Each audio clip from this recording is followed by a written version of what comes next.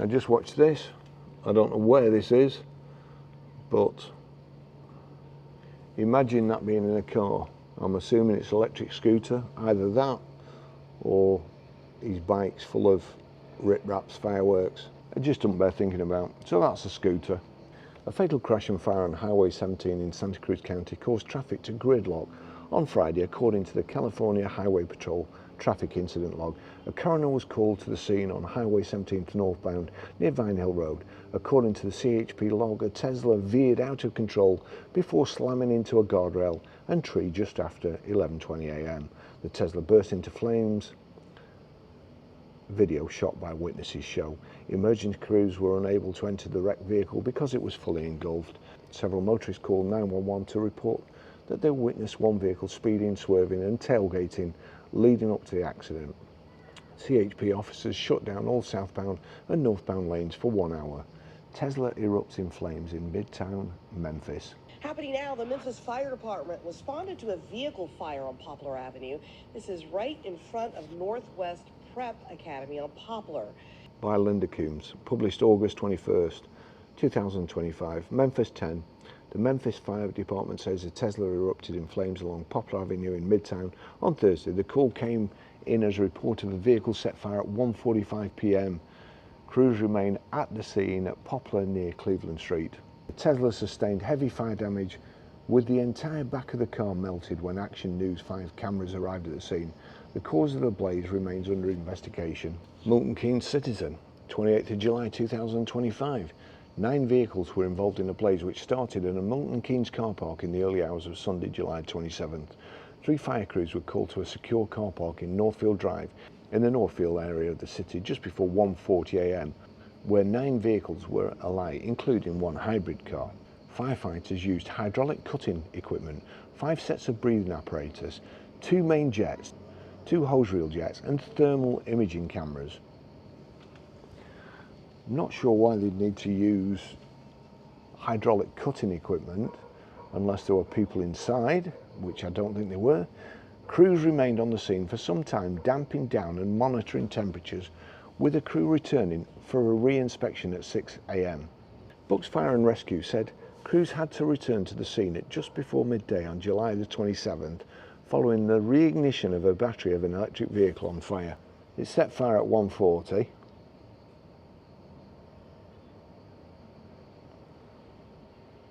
At 1:40 a.m. and then it reignited like 10 hours later. One crew remained at the scene for some time afterwards to monitor the lithium battery, with re-inspections carried out at 6:25 p.m, 8:45 p.m, and 11:10 p.m, so nearly 24 hours later. Further re-inspections took place on Monday, July 28th at 1:40 a.m, 24 hours later. 3:50 a.m, 5:50 a.m, and 8 a.m, with a further inspection scheduled for midday. Electric vehicles, eh? Then we get to the daddy of all stories. I used to work with a guy. I used to work with a tank driver called George Wagstaff when I left school and became an apprentice draftsman. And George was telling me that he was the crane driver at a place called Sadler's at Dock Road, Lytham, where I started my apprenticeship. George Wagstaff was a comedian, and during the war he'd been a tank driver, and he was telling me the amount of shells that didn't go off when they fired them, and of course what happens when they don't go off. Basically they put them in the barrel, lock the thing, fire them, they're supposed to boom, shoot out, and then they get the empty, slide it in. What happens when they don't go off? Now I remember a long time ago, I was at my girlfriend's house and it was bonfire night, and she had a 6-year-old daughter, and they've got a garden outside, and I was lighting the fireworks outside for a 6-year-old daughter. I lit it, and blue touch paper burnt down, got to the fire, but it didn't go off. So I went back and I lit it again, And I looked up where they were watching the window, and this 6-year-old little girl was looking at me going,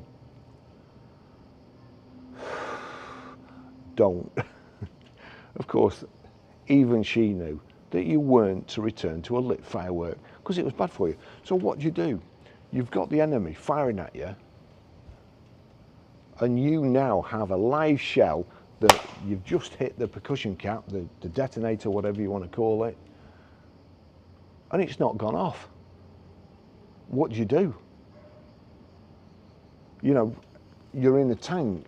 If you pull it out and it explodes inside, then you've had it. So, I guess,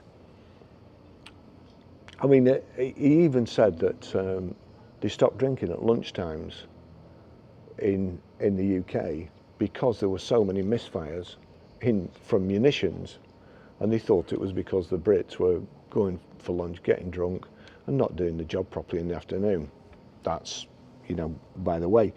But who would have thought that, you know, I mean, you know, all those stories of, like, you know, when they're building ice cars and the carburetor drops off the assembly line and the next minute there's a huge fire and they shut the factory down, call the fire brigade in, everybody's got to be evacuated. Do you not remember them stories? It's because they never happened. Because stuff like that doesn't happen. Basically, an ice car is non-flammable till it gets to the end of the production line and they put a gallon of petrol in the car. It's all right, nothing's going to happen to it. I suppose it could get an electrical short, but here we go. This 21st of the 8th, 2025. Grunheide fire at Tesla's German factory. A fire broke out in Tesla's battery assembly building at Giga Berlin earlier this week. No injuries or environmental damage were reported. No, they've not reported it. And production was temporarily halted while authorities in Tesla handled the incident. Now, how did that happen? What could possibly happen to cause a fire? Because you can imagine this, with all this toxic material about, it will be immaculate. The place will be immaculate. The conveyor belt, the whole process will be hermetically sealed. So how did it happen? According to the German Handelsblatt, a fire broke out on Monday in a building where battery packs are manufactured. All employees, including those working on drive unit assembly in the same building, were evacuated.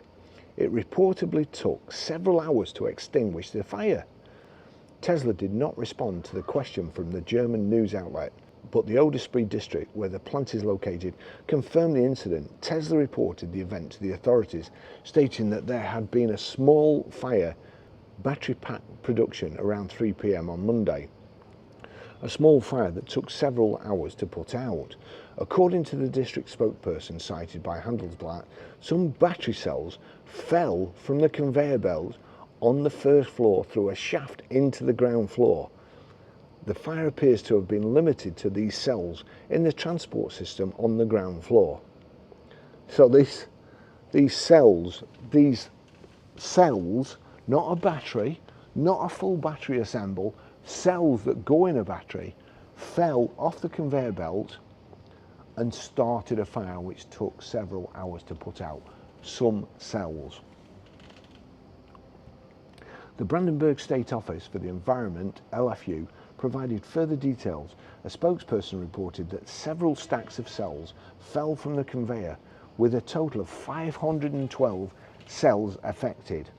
That corresponds to about 2/3 of a complete battery pack for a passenger car, Handelsblatt quoted.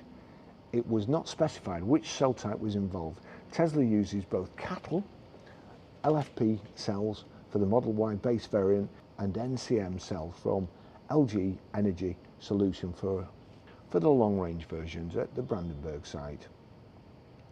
While Tesla continues to investigate the cause, it has already been confirmed that no one was injured. Environmental damage has also been ruled out.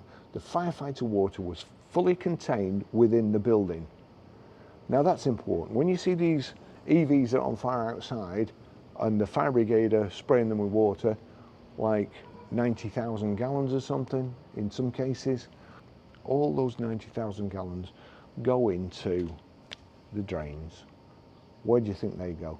Where do you think that collects? According to the district, meaning no contaminated water leaked into the groundwater, a specialised cleaning company has been tasked with removing the firefighting water and cleaning affected areas. It is not yet known whether this has already taken place. The district stated that Tesla took all necessary measures in line with the emergency plan agreed with the local water authority and WSE. Production stopped immediately after the incident on Monday afternoon. According to Handelsblatt, operations resumed only gradually on Tuesday.